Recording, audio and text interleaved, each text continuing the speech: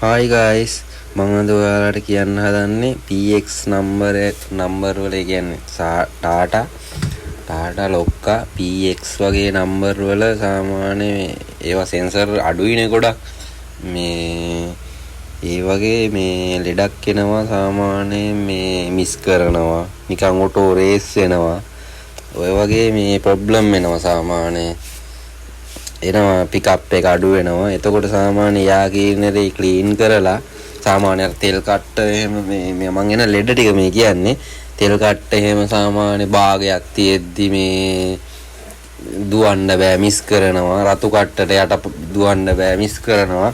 ඒ වගේ සීන් එකක් සාමාන්‍ය තමන්ගේ වාහනේ තියෙනවනම් මේ ඒක එන්නේ සාමාන්‍යයෙන් ටැංකියෙන් තමයි ගොඩක් දුරට.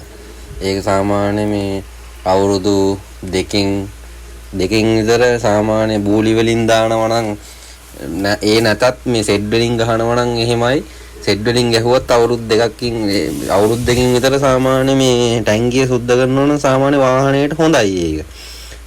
ඉතින් වාහනයේ ටැංකිය සුද්ධ කරන සීන් එකක් මම මේ වීඩියෝ කරලා ඔයාලට දැම්මේ ඔයාලට එක බෙදා ගන්න.